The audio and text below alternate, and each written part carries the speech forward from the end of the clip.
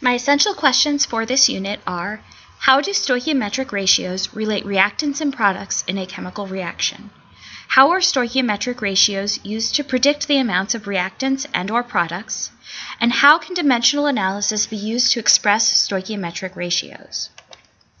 By the end of this video, you should be able to calculate theoretical yields, explain why experimental yields are often smaller than the theoretical yields, and calculate percent yield. The equation for percent yield is the actual yield divided by the theoretical yield times 100. The theoretical yield is what you calculate using stoichiometry, as we have been doing, that you should, in theory, end up with.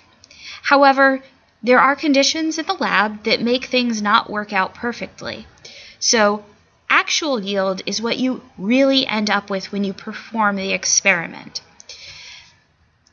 Now, when you're combining reactants, most of the reactants hopefully will combine into products, but often they're not done in the proper stoichiometric ratio. Therefore, there's going to be some reactants left over.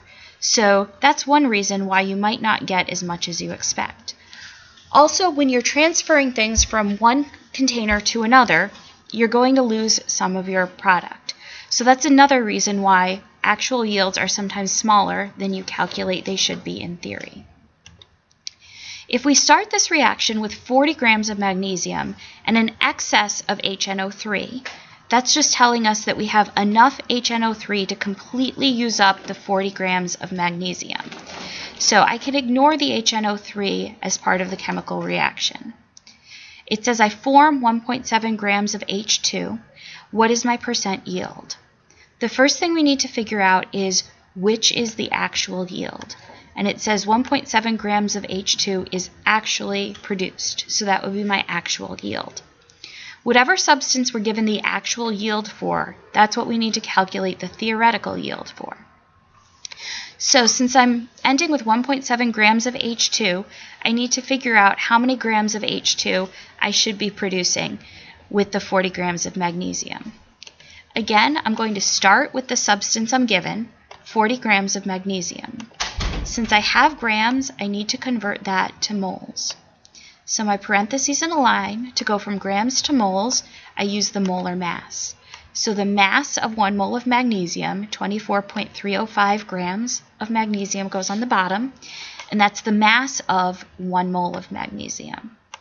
So grams of magnesium cancel out. I have moles of magnesium, but I'm looking for, again, the hydrogen gas. So I need to use my coefficients to get to moles of hydrogen gas. Since I started with moles of magnesium, I need to put moles of magnesium on the bottom with its coefficient, which is 1, and moles of hydrogen that I'm looking for on the top with its coefficient, which is 1. So the units for moles of magnesium cancel out, and I have units of moles of hydrogen gas. But I'm not looking for moles of hydrogen gas, I'm looking for the mass. So one more step. Since I have moles, I need to put the moles on the bottom, and 1 mole of hydrogen gas has a mass of 2.01588 grams. When we plug this into our calculators, we get that we should be producing 3.3 grams of H2. This is my theoretical yield. Remember, the formula for percent composition is the actual yield divided by the theoretical yield, times 100. So it's going to be 1.7, my actual yield, divided by my theoretical yield, which is 3.3 grams, times 100. And when you plug that into your calculator, you end up with a percent yield of 52%. So this means when you're doing this reaction, assuming the conditions stay the same as they did in this example, you're only obtaining about half of what you should be getting for each of your reactants. So remember, for percent yield, you need to calculate the theoretical yield first, exactly as we have been doing. That number is going to go on the bottom. The actual yield needs to be given to you. Divide the two numbers, multiply by 100 to get your percent yield.